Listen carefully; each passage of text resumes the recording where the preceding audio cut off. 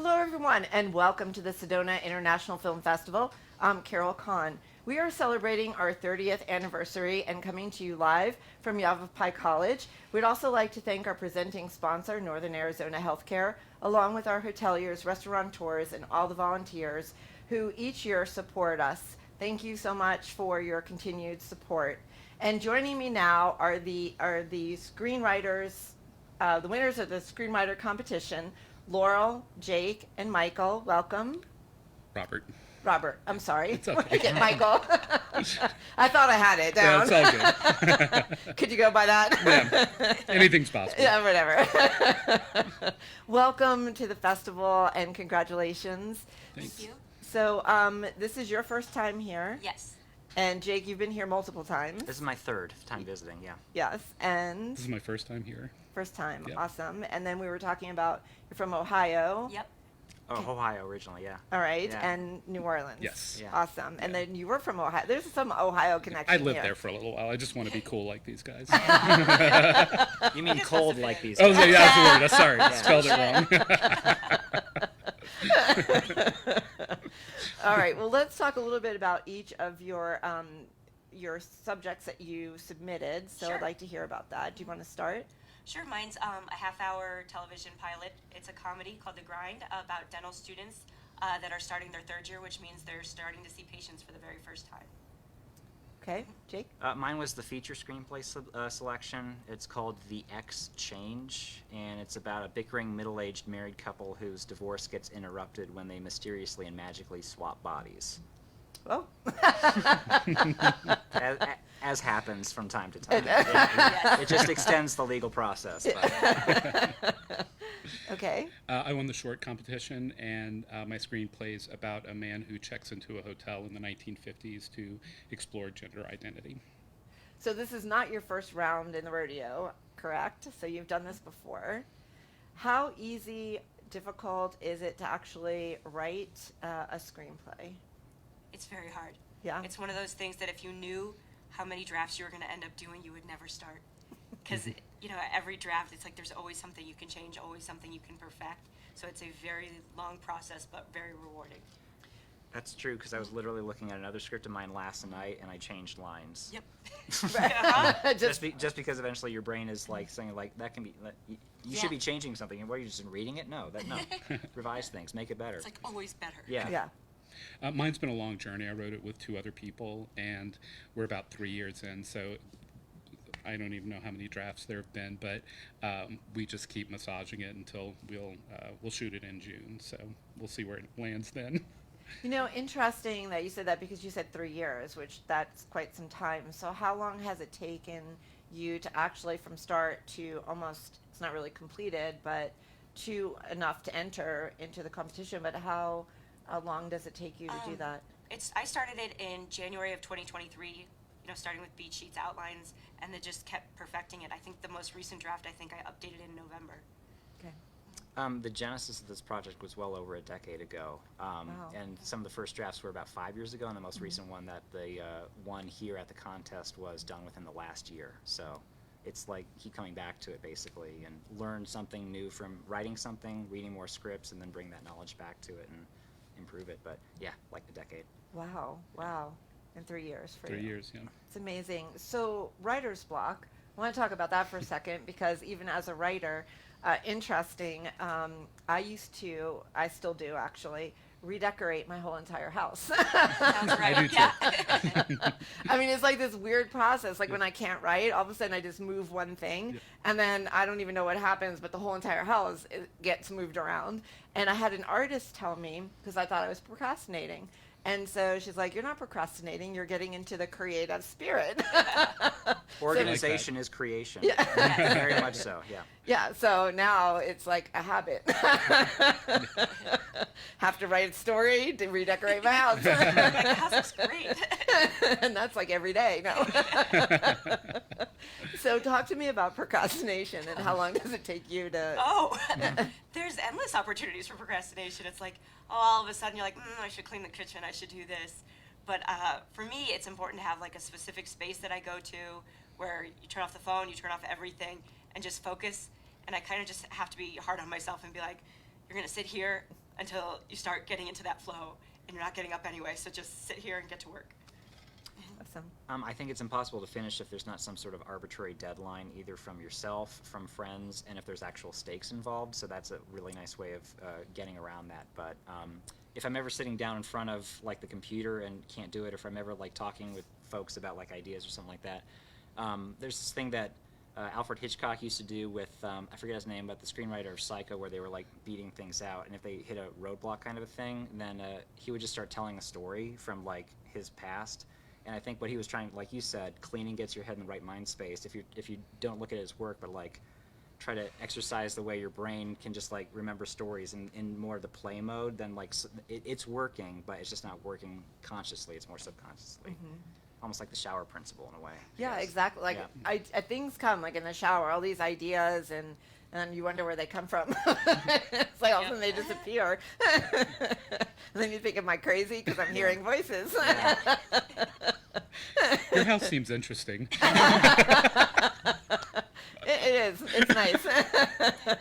It's kind of like Bali meets Italy meets I don't even know. But Well, the it's food sort of must like be Morocco. amazing. Yeah, we're all coming over. Yeah. Come over. The food, yes. Well, I'm Yeah. Italian, so Pasta with naan. That's great.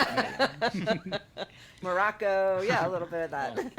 What about your procrastination? Mine actually started with procrastination. I'm a first-time screenwriter. I'm an actor, have been my whole life, and I had developed this story in my head, and I was able to tell anyone the story. I developed the character, all the beats, but I didn't know how to get it on paper. So I collaborated with a friend of mine who has a writing partner already, and they helped me get it on paper, which broke my writer's block. And once I had the physical script, I was able to start adjusting it and getting it to a place where I wanted it to be. But thanks to them, we started out with an incredible structure. That's actually, every time I do this and I get to you, you lead into the next question because I was getting ready to ask. And we did not collaborate. No, not at all, which is kind of cool because I was going to ask about acting. Like, have you acted before? If so, how has that helped your writing ability, or what did you have to do to prepare for that writing ability? No, I've never acted before. It was always just an interest in writing, and for me, it's just learning as much as I can about it, reading different books, taking classes, listening to podcasts, and it's like every draft you start to learn more, and then once you kind of have that basic knowledge, when you watch other films, other TV shows, you'll see those patterns, and you'll start to understand. It's like, okay, now I see why this works and why this didn't work, and it's just constantly learning. Mm-hmm. Most of the like acting I would have done is actually more in the improv space and the sketch comedy space, and there's a number of other filmmakers here at the festival that have been in like programs like Upright Citizens Brigade out in Hollywood, and like they have like their main stage theaters, and they also have like the smaller satellite theaters where like small rehearsal teams can go and put on shows that they make up on the spot essentially. So more that than actually, I would not consider myself a professional actor by any means, but like a lot of that is kind of feeds into making characters and also creating like just funny premises and funny situations. Right. Yeah. Right. I think for me, being an actor, it's kind of everything for our script. It's just one person in a hotel room, so the character is everything. Hunter, who helped me write it with his partner Nick, is an actor as well. So I think it's a lot of the focus is seeing it through the actor's point of view and what they're going to get to do with it. Right. And dialogue. So, I've written for newspapers, I've written for television. Interesting that you said about TV and watching shows, because that's how I learned how to write, was watching Entertainment Tonight, because basically watching how they got into a story and then how they like wrote the story. So I learned by watching. And but to me, dialogue is really difficult. I can write everything else, but dialogue, I don't know, that seems foreign to me. So how do you incorporate dialogue into your writing? I think dialogue's one of my favorite parts because there's so many opportunities for comedy and really, creating a character. For me, sometimes it helps to like envision a certain actor or a certain person that you already know and kind of take a spin off that, and then you'll discover the way they talk, the way they interact with the world, and then it'll start to build. You'll start with one little seed and it will grow from there. Interesting.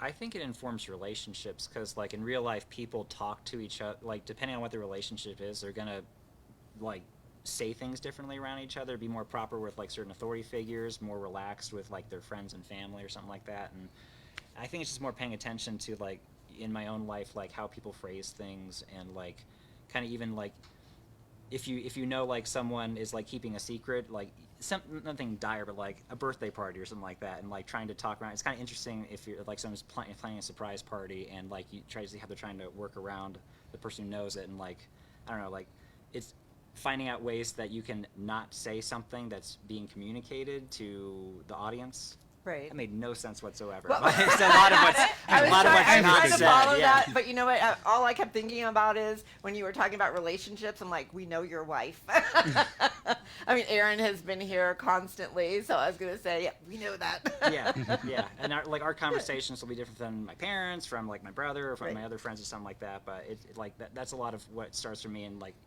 you said, like finding the comedy in how the dynamics are changing. That's usually, it's first in the dialogue a lot of times. And how do you know, like, when it's not cheesy? Like, you know, like for me, like I think about, like, sometimes you argue with people in your head, right? Like if you're upset with someone, you have that whole entire dialogue going on, you know, but then it's like when you sit down to put it on paper, how do you, like, make sure that it sounds real and not, like, I don't know. That's just me, like, For me, talking it's about that. like reading it back to myself, or when you hear it read at a table read. Yeah, a lot of it is just, it's hard because a lot of it's in your head, so it's like imagining how an actor would perform that and seeing the different options there. But yeah, sometimes you do have to tweak it because you're like, that's not working. Right. Yeah. Or then just knowing, like having the judicious, the people like that's not necessary there because it's being communicated with what they're seeing, and that's what yours does so well, because it's actually very little dialogue compared to a very rich story that's taking place in a short amount of time, but it's all visual because so much of that dialogue isn't really necessary with the one person. Right, Yeah. right. But then when it does happen, and it's that inner dialogue, it's like then you're finding symbols of how to find out the different parts of this character and how they're arguing with each other. Yeah. Yeah. I love you. Can you do my future interviews? Talk for him. Paris is first, Oh, great. followed by Milan, and then we'll hit the UK. I've never been there. It's great. Yeah, our script has very little dialogue. I think, I come from theater where dialogue is everything. You're on stage and you don't have the opportunity to just rest and not have, to fill that space. And then we come to the film world and you don't need it as much. We can tell stories visually. So putting this character in a room by themselves, we wanted them to experience it and experience every little moment. And the opportunities we do have for dialogue are, since they're playing with gender roles, are as a man, as a woman. The period plays a lot into it. Even maybe getting off dialogue a little bit, but we wrote it so that they can experience using different levels of their voice, like deeper or higher, to play with things that way for the actors. So. Yeah. Can I add one more thing? With you have the dental background, and so that plays a huge part of it, where it's like, an episode of ER would have all the jargon, and audiences like us, sure, we buy it because, but you're communicating the gist of things, even though we're not, like, we don't know what, all the tooth nicknames are, basically, and everything, and like the emergency of, like, how sticking something in certain veins or something like that. But, Oh, yeah. But No, we're bringing you on all interviews. You didn't speak for them. Maybe you could sit here. Whatever he says, he says. That's just what I took away from that. It was just like, oh yeah, this is like, I get it, but like, I'm not a dentist, but that's great. Yeah, it's like, how can you word it in a way that the audience will get it, and but without getting too technical and having to explain. Mm-hmm. So next steps for you, since you've won this competition, now do you take what you just worked on to the next level, or what's next? My project, actually, I can only say so much, but it's actually being shopped to a couple different people with some talent attached. So we're excited about where that's going to go. Good, good. We're planning to shoot in June, and we're very excited about that. We have pretty much everything together. We actually started fundraising today, which is something we always plan to do, and it's just lovely to be here to launch it. So we're very excited. And Sedona is that place where magical things happen. It feels so that just way. manifest it. Yeah, it absolutely feels that way. It does happen. Yeah. And I'd like to use it as a writing sample for possibly representation, or to get into different programs and potentially get staffed. Awesome. So all of you will have to do your film, And then what's the next step, really? Come back here. Exactly. Come back Obviously. here. Yes. Full So you circle. and I, it's Yeah, like, yeah. I mean, Jake speaks for you two, but I feel like we're right there. I just want to say, like, it's so lovely being here, and what's great is seeing the people who've come here before and how much they love coming back. So I want to have that experience. So Yes. we'll do the best we can. Yes, well, Jake and Aaron are our PR people for the world out there. So keep doing what you're doing. We tell all our friends. I know. Send here first. This is how you start your festival run for a year. Well, we love you, Yeah. so thank Love you. it. I mean, even Patrick, we were just talking about you guys, and that's one of the things that he said. He was like, we just love you for doing that, so thank you for being so supportive of our festival. Anytime.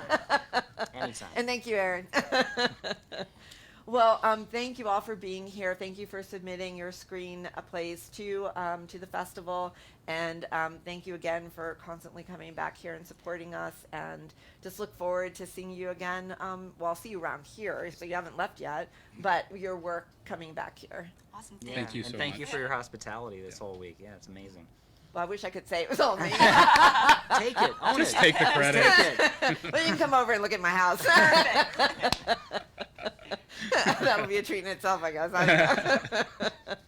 Well, don't forget, if you're out there following us on social media and you're taking photos, don't forget to hashtag SIFF30 and watch us on Facebook Live as we're bringing you interviews from all our filmmakers. And we'll be back with more filmmaker interviews later today.